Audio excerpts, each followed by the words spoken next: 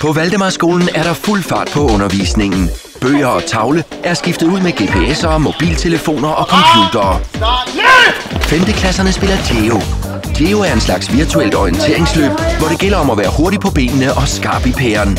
Klassen er delt op i hold på 4. På hvert hold er der 2 agenter, som løber rundt for at finde poster. Hvor mange stjerner? Agenterne kommunikerer via mobiltelefon med de 2 andre holdkammerater, som sidder hjemme i kontrolcentret. Der er 8. Der er 8 stjerner. 8. Okay, vi kommer. Holdene skal arbejde sammen om at løse de faglige opgaver og nå frem til så mange poster som muligt.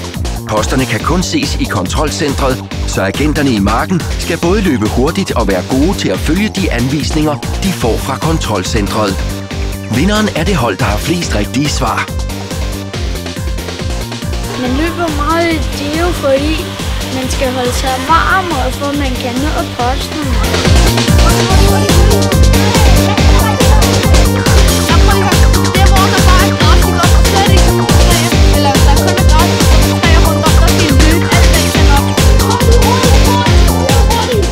Geo handler om samarbejde, kommunikation, overblik og koncentration.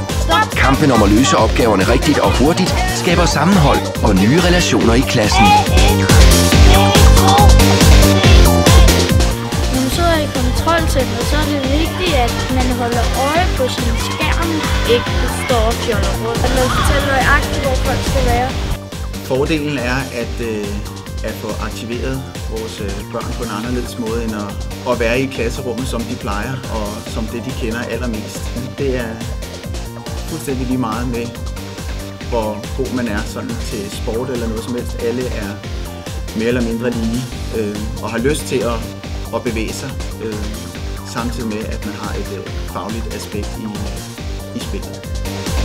Halvvejs igennem spillet bytter eleverne plads. På den måde kommer alle i marken og får rørt sig, og alle prøver at styre spillet i kontrolcentret. Jeg kan virkelig være mange, fordi jeg synes, det er udfordrende og sjovt.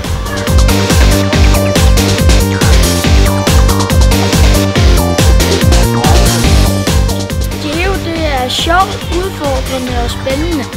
Man lærer at samarbejde, og alle de der spørgsmål, man laver de rigtige svar.